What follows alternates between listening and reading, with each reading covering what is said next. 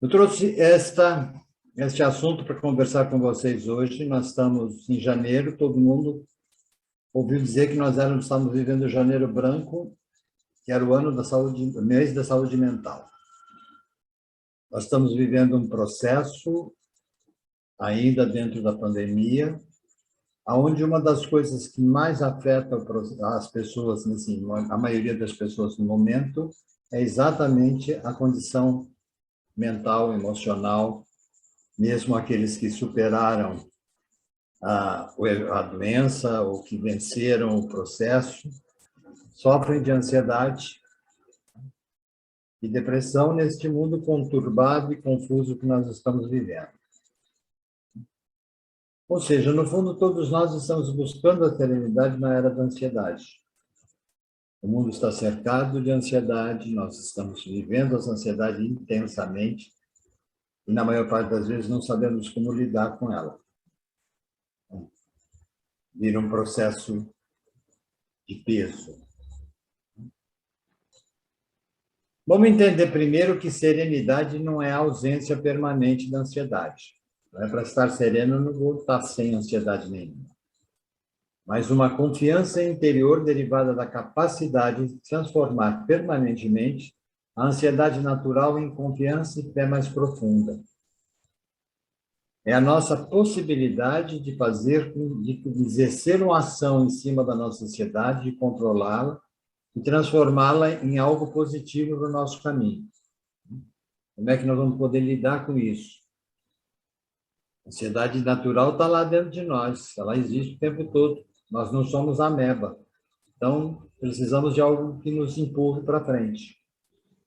Então, vamos entender esse processo com mais tranquilidade. Como é que eu vou encontrar minha serenidade? Ansiedade, para começo de conversa, é o sentimento de que nosso bem-estar está de alguma forma ameaçado. A gente sente que há uma ameaça presente.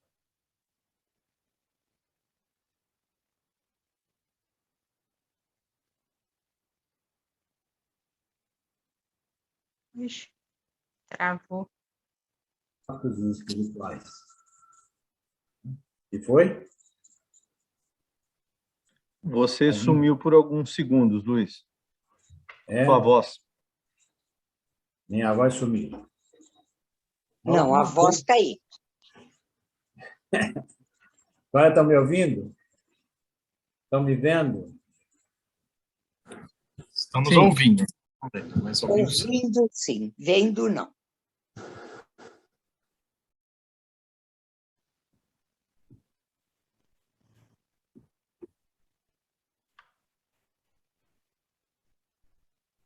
Travou de novo. Está travado? Agora? Voltou? Nós estamos vendo você, Luiz Fernando. Voltou, sim. Agora voltou. Oh, então tá bom. Então vamos pensar outra vez na nossa ansiedade. Eu acho que a minha assessoria está fazendo de propósito para aumentar a minha ansiedade, para me provar que eu posso controlá-la. Vamos lá. Então, nós sabemos que essas variáveis todas, a necessidade de autopreservar, o medo, a insegurança, eu tenho medo de ser atropelado, eu tenho medo de ser assaltado, isso faz parte da necessidade primitiva de autopreservação. Agora, as preocupações, essas agora, no meio da pandemia, ninguém está com essas preocupações, né, de dinheiro, saúde, relacionamento, passando por dilemas filosóficos e espirituais mais profundos, ligados à morte e ao propósito da vida. Todas essas coisas estão inseridas dentro de nós automaticamente. Nós não precisamos ter nenhuma ação filosófica para poder apresentar esses sintomas. Nós estamos com eles ali guardadinhos. Em alguns momentos, com mais equilíbrio, outros momentos com menos, e a gente vai tentando conviver com isso. Para a gente entender isso melhor, nós vamos mais uma vez para frente, a Adélia vai mudar para nós mais uma vez, para que nós consigamos entender melhor essa ansiedade. A ansiedade apresenta-se em nós em 3 níveis. Primeiro é uma ansiedade natural, que é o que nós estamos vendo até agora. É a espécie protetora e positiva da ansiedade. Aquela que reage instantaneamente a um perigo imediato e é canalizada para uma resposta efetiva. E desaparece logo que o objeto da mesma é reconhecido e cuidado. Então, é aquele processo que você, de repente, dá aquela brecada, porque alguém brecou na sua frente, você pode bater, aí você entra num processo de ansiedade imediato, de um perigo ali, você reage rapidamente, e à medida que tudo se acalma, você se tranquiliza, e o cuidado foi feito. A ansiedade natural nos capacita a prever problemas potenciais e planejar construtivamente para o futuro. É através dela que nós projetamos, nós pensamos, nós sonhamos, nós desenvolvemos uma série de coisas que vão acontecendo e vão sendo construídas no decorrer do caminho. Isso é o processo natural dela.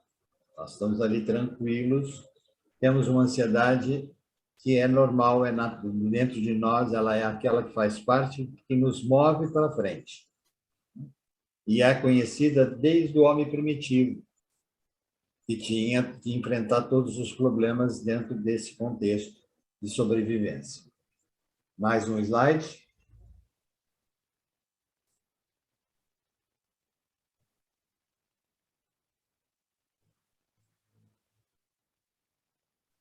Tá? Descongelou de novo, Ardelinho. Aí nós entramos no segundo tipo de ansiedade.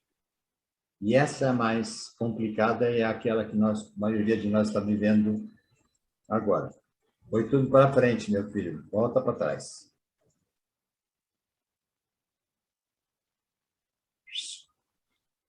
Velho, volta lá na ansiedade tóxica. Aí. A ansiedade tóxica ela é aquilo que é o oposto da felicidade. É a inimiga da vida e do crescimento. Ela é quantitativamente tóxica, porque o grau de ansiedade é tão extremo que aniquila a capacidade de raciocínio claro e reação eficaz. Esse tipo de ansiedade é de natureza intrinsecamente perturbadora, porque é um estado de conflito interno.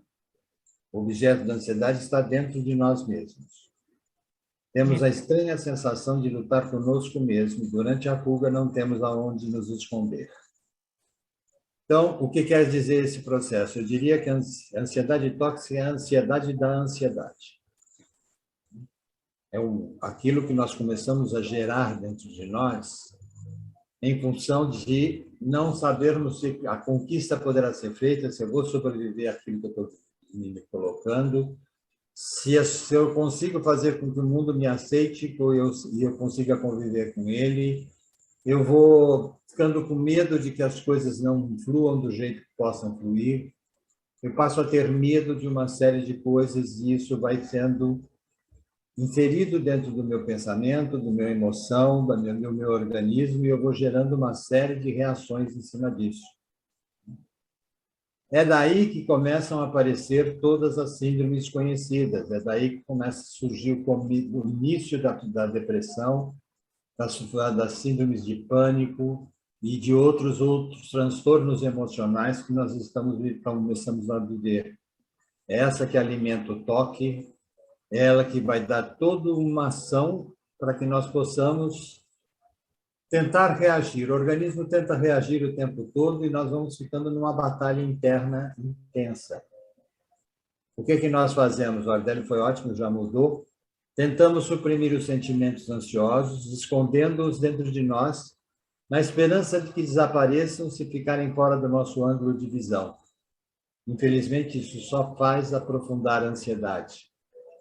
Verdade, nós começamos a fantasiar, mudar, criar algumas situações em que como se eu não estivesse vendo a minha ansiedade, se eu não estivesse percebendo a minha ansiedade. O mundo na volta está percebendo, porque eu tenho um monte de comportamentos diferentes, eu estou normalmente ligado na tomada intensamente, né? mas eu tento tirar isso do meu caminho. O que, na realidade, vai aumentar, porque aí eu crio a ansiedade de me livrar da ansiedade. Também tentamos nos livrar da ansiedade jogando em cima dos outros. Pode levar-nos a criticar, culpar, controlar e manipular outras pessoas. Acho que todos nós já conseguimos ou convivemos com alguém dentro desse contexto. A pessoa entra num pique tal que o mundo é culpado e ela não consegue controlar este mundo na volta dela. Ela é a vítima do destino e os outros estão ali cobrando dela. Isso também vai aumentar a ansiedade barbaramente e uma série de outros sintomas vão aparecer. Vamos lá, vamos em frente. Sempre buscando uma forma de enfrentá-la. Tem aquele que sofre de ansiedade crônica. Quem sofre de ansiedade crônica torna-se suscetível a alterações bruscas de humor e depressão. A ansiedade inclui uma hiperativação do sistema nervoso e costuma ser seguida por uma fase de esgotamento e baixa energia. É aquela pessoa que começa a chegar uma hora, ela está tão excitada, ela está tão ativa, ela está tão querendo resolver as coisas de qualquer maneira, que ela começa a brigar com ela mesma e brigar com o mundo que a cerca e vai mudando de humor. Então, ela vai da euforia à depressão numa facilidade enorme, né? E ela está ativando o sistema nervoso de todas as formas possíveis e imagináveis. E aí, isso traz como resultado esgotamento, baixa energia, sentimos-nos letárgicos, desesperançados e deprimidos. Ela mina a autoconfiança, a autoestima e a eficiência. Eu costumo dizer que, dentro desse contexto, antigamente, hoje eu não sei se exatamente dessa forma, mas antigamente a geladeira tinha lá uma peça que fazia ela parar e funcionar nas horas certas. Se aquela peça quebrava e ela começava a funcionar que nem uma louca, ela ia queimar, porque ela, na verdade, estava no momento de descarga de energia, de esgotamento de energia. Então, nós estamos fazendo com a ansiedade crônica esse processo. E tem pessoas que elas não percebem, aquilo está tão habituado àquela ansiedade que ela nem percebe o que ela está fazendo. Ela não tem noção do que ela está vivendo. Vamos lá, gente, mudando.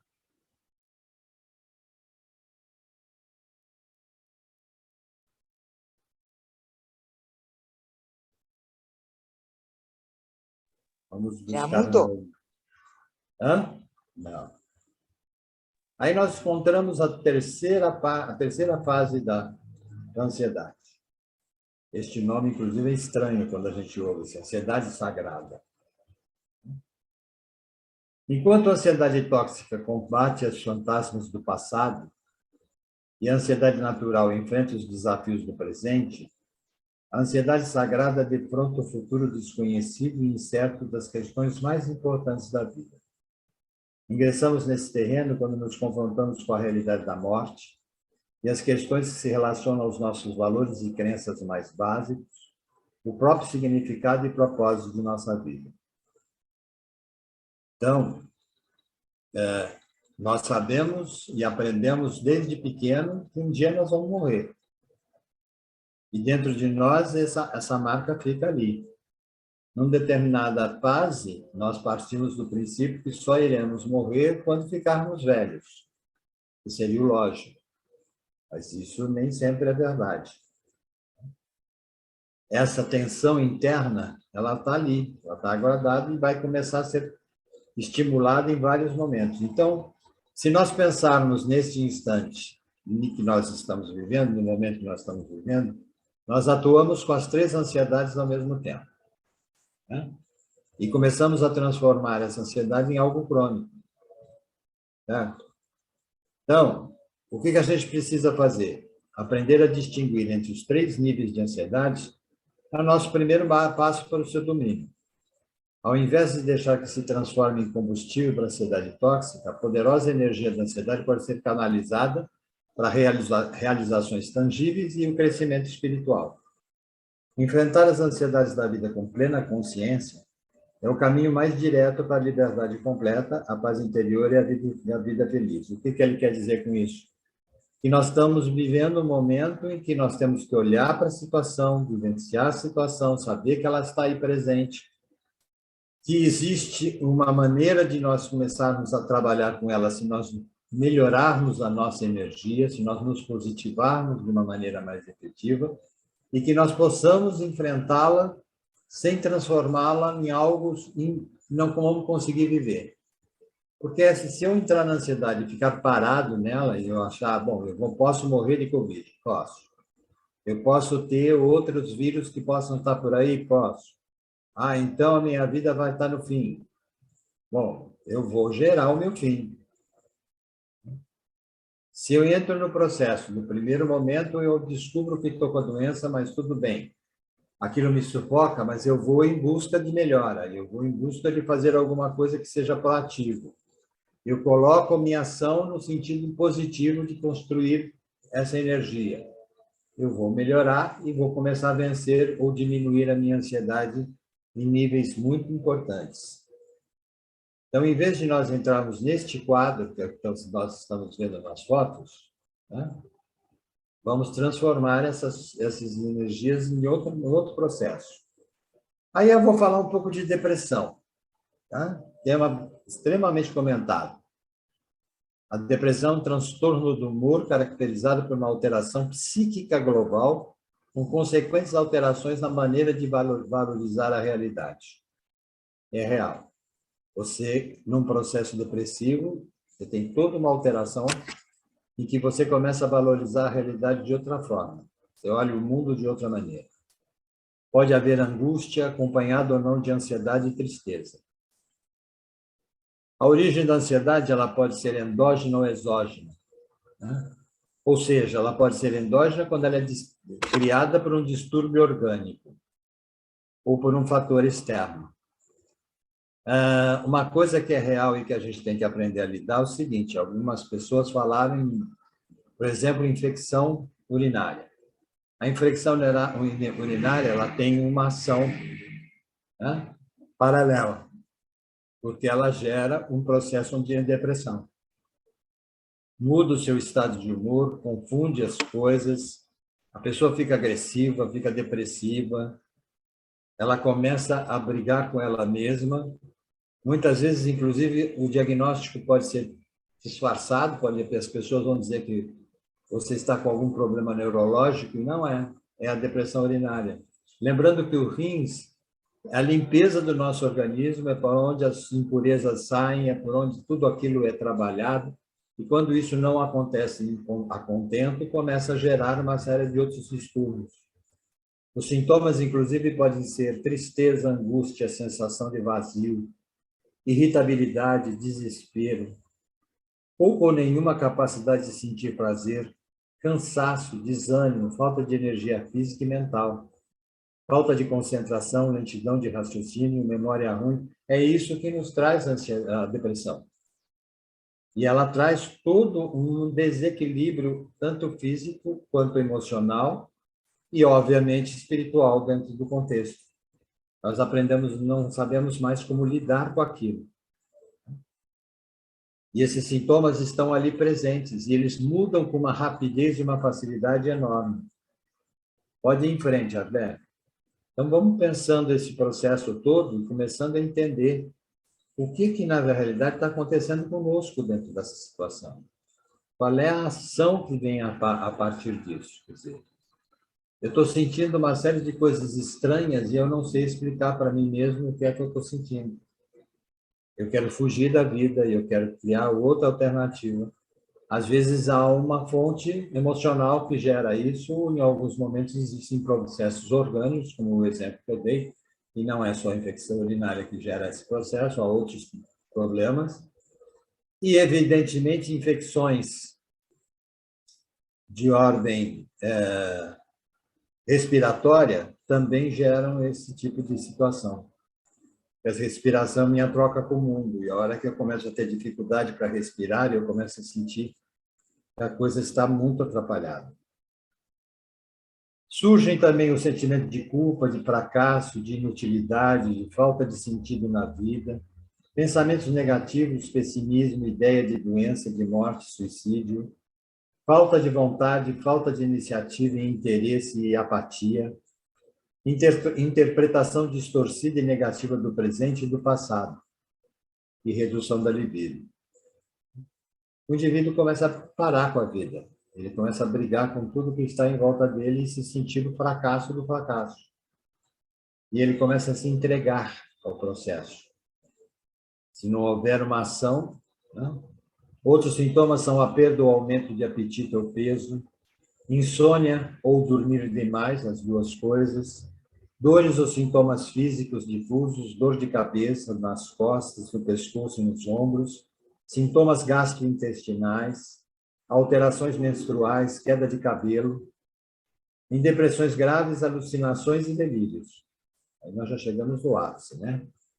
Mas todas essas coisas podem ser alguns sintomas que estão acontecendo conosco, e quanto maior o número de sintomas identificados, mais eu preciso de cuidado, mais eu preciso me tratar, mais eu preciso de ajuda. Eu não estou conseguindo lidar com a vida no momento que eu estou vivendo. E aí eu começo a descarregar. O que é importante, eu repito aqui, isso, na realidade, não acontece no VaptVupt, não é para o dia para a noite. Isso vai acontecendo aos poucos.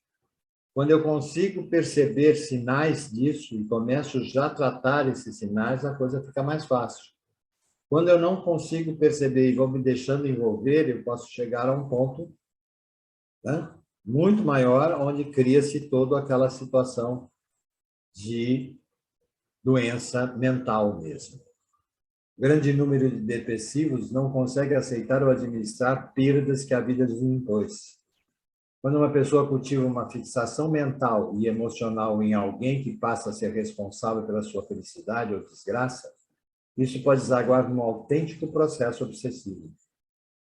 E nós temos essa condição de que muitas vezes nos fixarmos em alguém e darmos a esse alguém a responsabilidade da nossa vida. Nós seremos felizes ou não felizes se aquela pessoa nos fizer feliz ou não feliz.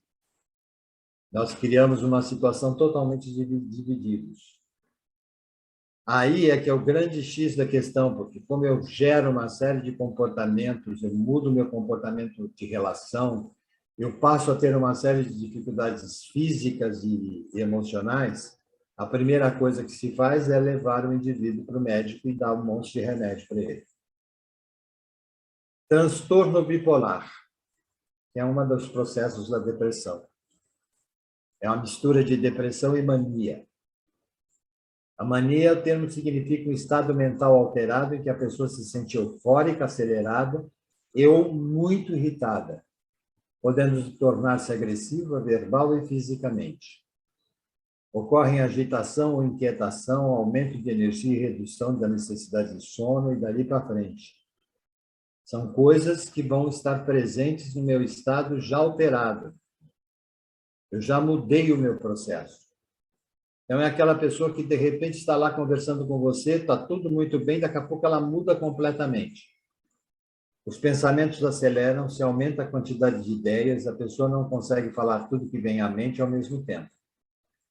Não consegue manter a atenção em um único tema, começa a fazer muitas coisas ao mesmo tempo e não consegue terminar nenhuma. A alegria exagerada ou grande euforia, ou mesmo agitação incômoda e sofrida. As alterações internas começam a aparecer. Na hora que eu começo a olhar alguém que está tendo uma mudança de comportamento, eu preciso começar a observar algumas coisas. Surgem a autoconfiança e otimismo extremos ou exagerados, a sensação de poder, de inteligência, de riqueza. Planos irreais vêm à mente, ocorrem gastos excessivos, endividamentos, negócios irresponsáveis ou precipitados. Na esfera sexual, o aumento da libido, a desinibição e o erotismo. A pessoa não percebe as mudanças ocorridas em seu comportamento ou não as vê como inconvenientes, ridículas e, às vezes, incômodas para as outras pessoas. Porque na hora que ela está ali no máximo, ela está na euforia, para ela o mundo está maravilhoso. O problemático é o outro, não ele. Ele está fazendo planos lindos e maravilhosos, ele tem poder, ele é inteligente, ele é rico, ele está lá, né? Vivendo uma vida sexual maravilhosa, e só não percebe que o outro lado não está vivendo dessa mesma forma. E está se alterando no dia a dia. Como é que a gente trata isso? É de relevante importância para o enfermo considerar que não é doente, mas que encontra-se em fase de doença. O depressivo assumir que ele é doente, ele vai morrer, porque ele é doente e não vai se tratar nunca. Trabalhando-se sem autocomiseração, nem autopunição, para reencontrar os objetivos da existência. Encontrar um sentido da vida dele de novo. E sem ele estar disposto a isso, sem o esforço pessoal, muito dificilmente será encontrada uma fórmula ideal para o reequilíbrio, mesmo que sob a terapia de neuroléticos, mesmo que ele esteja tomando remédio. Ele não resistir à cura, ele vai barrar o processo todo. Ou vai transformar esse processo naquele drama que vai demorar um século para poder começar. Então, melhora, piora, melhora, piora. O encontro com a consciência, através de avaliação das possibilidades que se desenham para o ser, seu processo evolutivo, tem valor primacial porque o liberta da fixação da ideia depressiva e da autocompaixão, facultando o campo para a renovação mental e a ação construtora. Uma bem orientada disciplina de movimentos corporais também ajuda. Hora que eu começo a estar consciente da minha situação. Veja, gente, isso não acontece do dia para a noite, não acontece no primeiro momento, isso é um processo que vai ter que ser desenvolvido, né? E muitas vezes tem que ser acompanhado de medicação para a pessoa conseguir ir encontrando o sentido da vida e conscientizando da possibilidade que ela tem de transformar a coisa. Participar de terapias bioenergéticas ou logoterapias, a psicoterapia com profissionais especializados, são tipos de psicologia, de terapias que são encontradas. São profissionais que trabalham com isso. Participar de um grupo de ajuda. E aí vem, a hora que se fala de um grupo de ajuda, vem a Casa Espírita. A Casa Espírita é um processo que vai ajudar você a vencer esse caminho. Desde que você mergulhe naquilo que está sendo proposto e desde que ela traga um processo de que você reflita e se conscientize da sua capacidade e das coisas que você pode vencer. E pode criar uma psicosfera, né, um meio saudável em torno do paciente. A mudança de fatores sociais no lar e mesmo ambiente de trabalho constitui valiosos recursos para a reconquista da saúde mental e emocional. O meio, a sociedade também nos ajuda nessa melhora. Também se dispõe. Então, a família, os amigos, esse trabalho, se nós conseguirmos uma interação positiva com esse contexto, nós começamos a melhorar com mais facilidade. Se nós entrarmos naquela crítica constante, sai disso, para com isso é bobagem, certo? Você pode, se você quiser, você sai disso, não vai acontecer nada.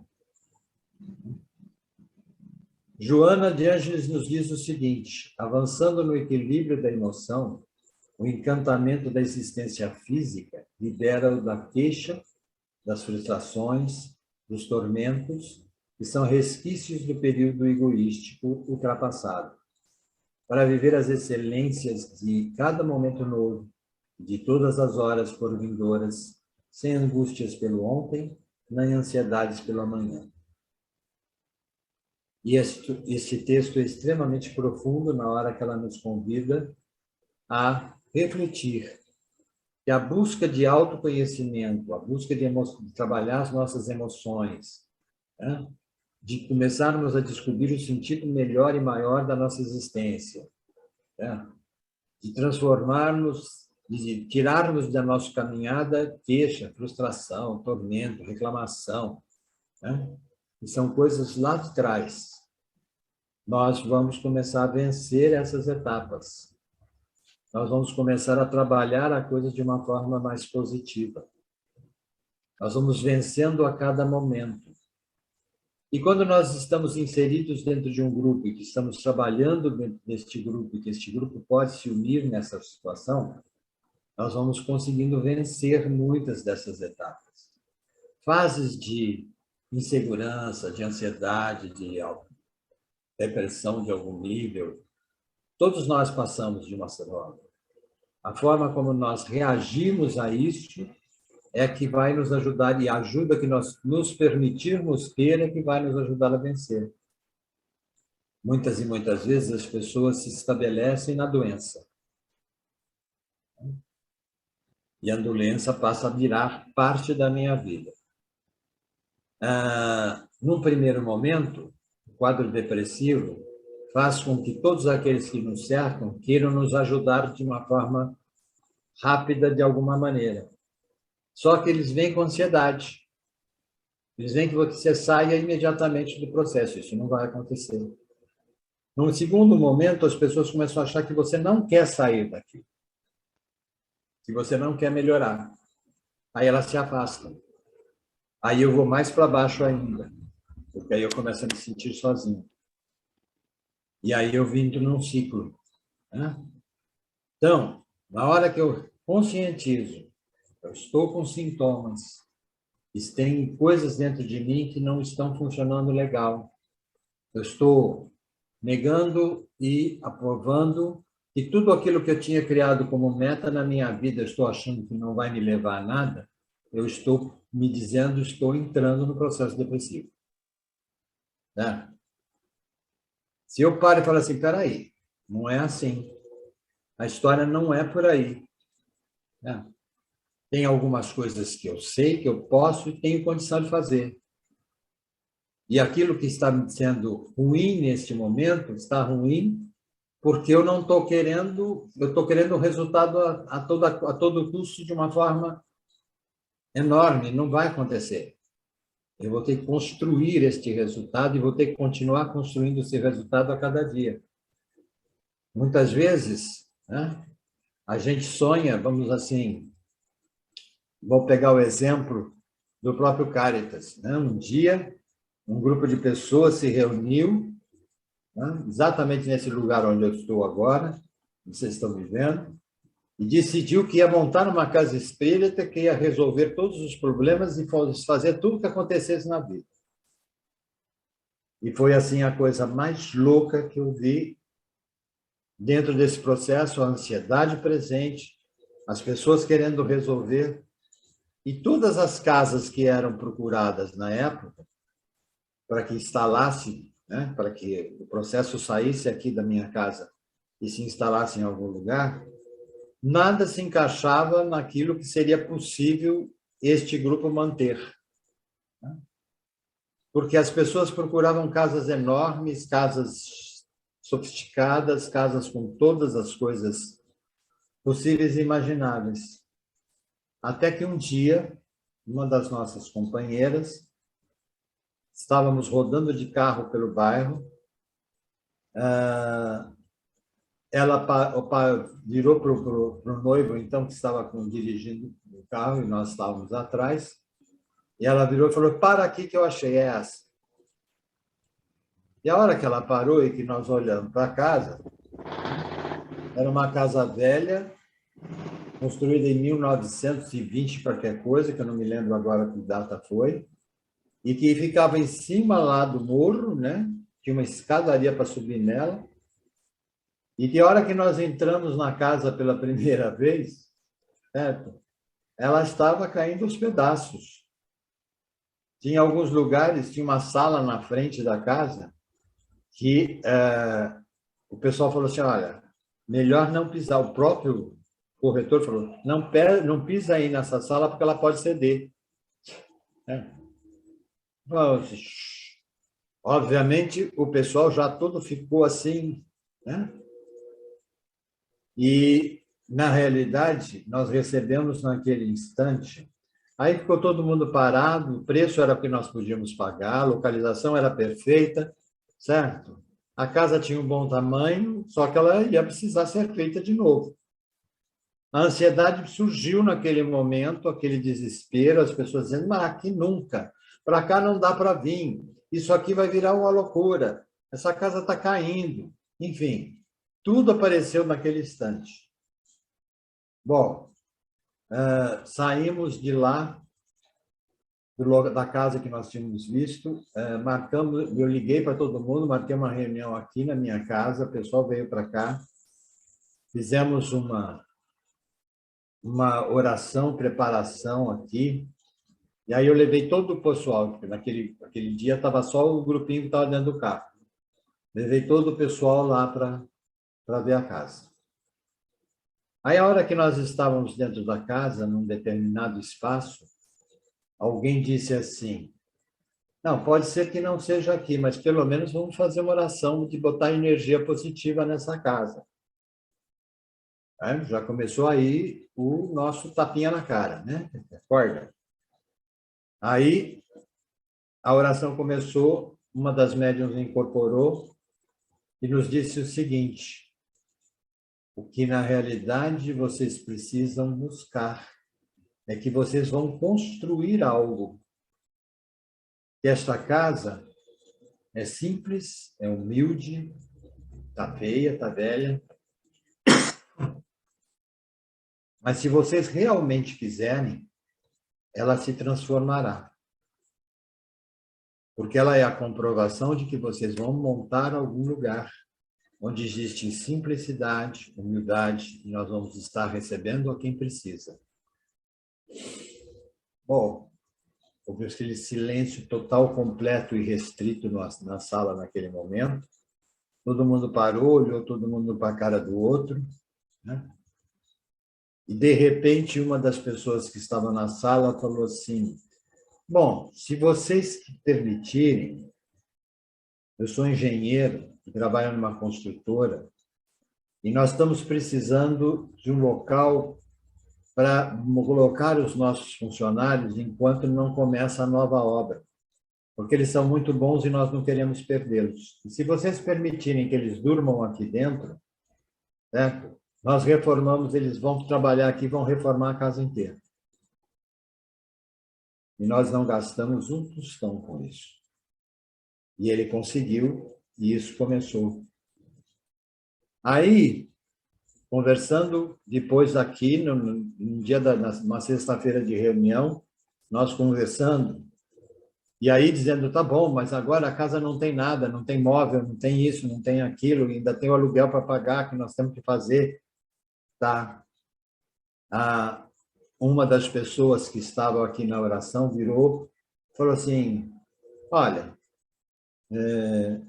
eu posso ajudar, se vocês deixarem. Não estou querendo nada excepcional, mas eu pago o aluguel durante 2 anos para vocês montarem esse trabalho, para vocês fazerem a história. Aí nós já paramos, vamos dizer, agora, né? Certo? Aí tinha uma outra pessoa que também fazia parte do grupo que disse que eu precisava de um fiador. Aí esse fiador apareceu e fez, não, eu sou fiador. Não sei se meio de total vontade ou de livre espancada vontade, mas acabou sendo fiador. E aí as coisas foram se acertando. Aí um disse assim, não, eu tenho móvel sobrando em casa, vocês querem? Claro. O que você tem lá? Tem mesa, tem cadeira, começou a vir. Aí o outro doou as cadeiras do salão. Aí o outro veio e trouxe as coisas que estavam precisando. E a casa foi sendo reformada e montada. Levamos 6 meses reformando a casa, estamos botando ela em ordem para poder começar as nossas atividades. Geramos todas as ansiedades possíveis e imagináveis e sempre tinha alguém que chegava e dizia, calma, isso vai acontecer no momento certo. E aconteceu. E nós começamos a trabalhar e um ajudar o outro. Óbvio que teve um monte de problemas de contato, de relacionamento, de conflito, porque as ansiedades vinham e os desesperos eram diferentes, mas as coisas acabavam se controlando e resolvendo dentro da história. Tudo foi nos mostrando naquele momento que não adiantava naquele instante querer fugir. Nós íamos montar o espaço, né? E as pessoas vieram e começaram a trabalhar. Aí me lembro de alguém dizendo para nós assim, mas aonde nós vamos A construtora reformou tudo, reformou banheiro, reformou piso, certo? A casa tinha o nome da casa antiga, né? Tinha aquele porão alto embaixo, e e o soalho era todo de madeira em cima, estava tudo podre. A construtora tirou tudo aquilo, mudou, acabou o porão, fez o piso, enfim. A casa ficou toda pintadinha, bonitinha, toda certinha, né? E os móveis foram chegando um a um. E as pessoas foram arrumando aquilo para a gente poder começar o processo lá. Hoje eu digo para vocês que naquele primeiro momento nem eu estava acreditando que aquilo estava acontecendo.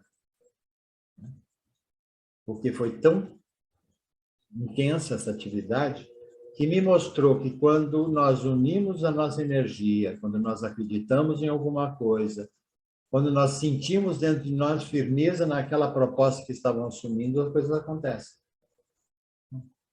E foi o que aconteceu, e as provas ali vieram. Óbvio que depois nos mostraram o trabalho que nós íamos ter, né? Não ia ser fácil. E nós íamos ter que acolher um monte de gente, que nós íamos ter que lidar com um monte de gente, com pessoas que muitas vezes estiveram conosco, outras vezes fugiram, outras vezes voltaram, e nós fomos tendo que trabalhar isso durante muito tempo. E aí a gente trabalhava ali. Algum tempo depois fomos assaltados, roubaram tudo que tinha dentro da casa, estragaram a casa inteira, e novamente grupos apareceram e nos ajudaram a reformar a casa e refazer o caminho. Então, gente, viver nesse momento essa ansiedade toda, a preocupação existe? Existe. Nós todos temos internamente um certo receio do que pode nos acontecer em cima desses vírus todos, dessas informações confusas todas, de se nós vamos ter dinheiro amanhã, ou se nós não vamos ter dinheiro, se nós vamos conseguir comprar comida ou não comprar comida. Né? Exato que existem. E muitos de nós têm dívidas para serem acertadas, porque ninguém estava esperando a pandemia naquele momento, tinha assumido compromissos e, de repente, as coisas não deram para ser pagas do jeito que se queria pagar. Existem. Mas nós temos que continuar tendo fé e acreditar que nós somos capazes. E ajudar as pessoas à nossa volta a acreditarem também. Perdas existem? Existem. Problemas nós enfrentamos? Enfrentamos. Hoje tem pessoas à nossa volta vivendo perdas de pessoas queridas que partiram pela Covid, mas nós temos toda uma possibilidade de mostrar a essas pessoas que aquele cumpriu o seu caminho e está indo para uma nova etapa. E que nós podemos usar do conhecimento todo que nós estamos tendo para transformar a nossa etapa num momento de construção que uma hora a gente vai encontrar com ele, a vida não acaba. Não é o fim. É muitas vezes difícil a gente assimilar essa ideia, mas ela é real. Então vamos pensar nisso. Vamos trabalhar essa energia. Vamos reformular os nossos caminhos. Não vamos deixar que a nossa ação crie essa doença. Nós alimentemos a saúde mental de forma positiva. E que ajudemos as pessoas às nossas voltas a também sentirem isso. Às vezes, apenas pelo exemplo. Sem que a gente precise falar nada. Às vezes, apenas um aperto de mão, um abraço. Que é o que a pessoa está precisando naquele momento. Ah, agora com o Covid não posso abraçar. Existem várias formas da gente abraçar. Existem várias formas de dizer eu estou presente. Depressão está aí? Tá. A ansiedade está exacerbada em muitos lugares, nas empresas, nos diversos tipos de trabalho, dentro dos hospitais principalmente. Imaginem aqueles trabalhadores de saúde que estão ali lidando com aquilo o tempo todo. E você lidando com uma situação de vida e morte, porque alguns pacientes você perde, outros você conquista, outros melhoram, e esse ciclo é diário. Não é fácil. Então, tranquilizem-se.